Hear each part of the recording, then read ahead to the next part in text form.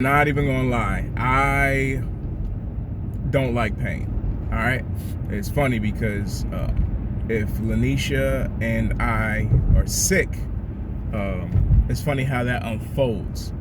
Recently, we both had the flu, and me, if I feel like my body is off, something's off, like I am at the doctor's or looking up something, a natural remedy or something like ASAP. Like I'm all over it. But my gift set is I'm gifted with the solutions. I always say we identify problems, but you focus on the solution. So how I operate in life and marriage and business and ministry, everything is I'm the solution dude. Lanisha has a different type of gift set. Like she will endure. Like I'd be like, yo, you need to go to the doctor.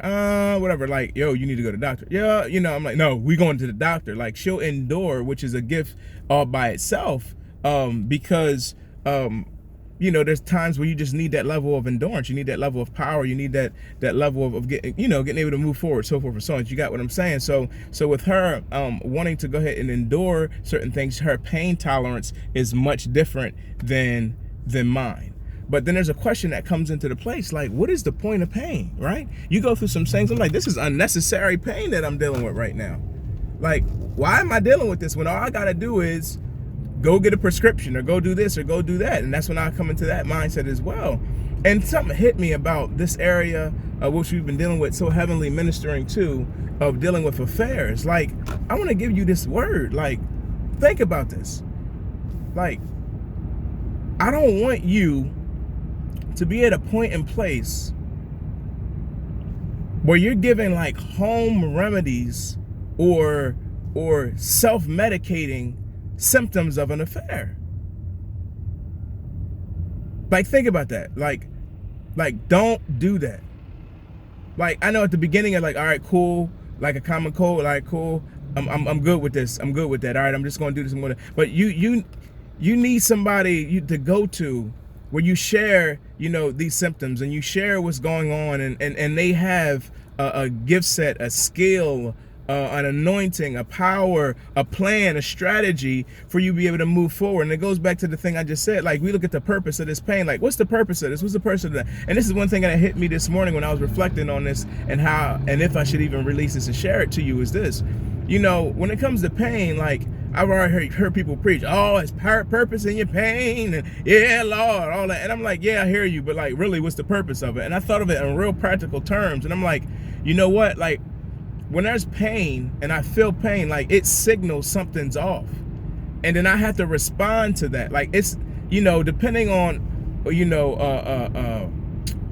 who you're looking at, like far as like, your adversary's job is still going to destroy. So pain that he's inflicting is to destroy you. But when you look at the different levels of pain, like God created, even looking at that area, I know it's kind of stretched to here, but like pain is an area where it signals. Like, if you had an ache in your tooth, like, something's wrong, you might not be able to, like, oh, I got a hole right here, I got this going on, but there's an aching, there's some type of infection, there's some type of problem. So it like signals that there's a problem. But you could be at that point in place when you're like, all right, I'm a solution seeker. Like I might not have the solution, but I know that there's a solution that needs to be. Well, just like when we were getting the flu, or had the flu, didn't know I had the flu. I had like a flu/bronchitis. Lanisha had like a flu/sinusitis stuff going on. But, we couldn't diagnose ourselves for the flu. They did some stuff, took a thing up your nose, and then in a matter of 10 minutes or less, it's like, oh, this is what flu is, this strand of it, so forth and so on. And like it's amazing because I knew something was wrong, and what I was using, self-medicating and trying to get things, you get the Mucinex, you get all that other stuff. Like, it prolongs the healing and recovery process. Like, that's what I'm saying. I'm not really saying like you can't do anything by yourself to medicate and do what you have to do. But what I am saying is that, for this to be an area taken care of, to get a quicker result, to save you from some pain, to save you from some trauma and some turmoil and dealing with some things, there's a level of expertise and wisdom that my doctor or other doctors have when it comes to health. And there's coaches and there's counselors and there's pastors and there's other people. Again, it doesn't have to be us. But, you know, if you feel that tug and you feel that area, you're like, listen, I'm listening to what you're saying and I want to reach out.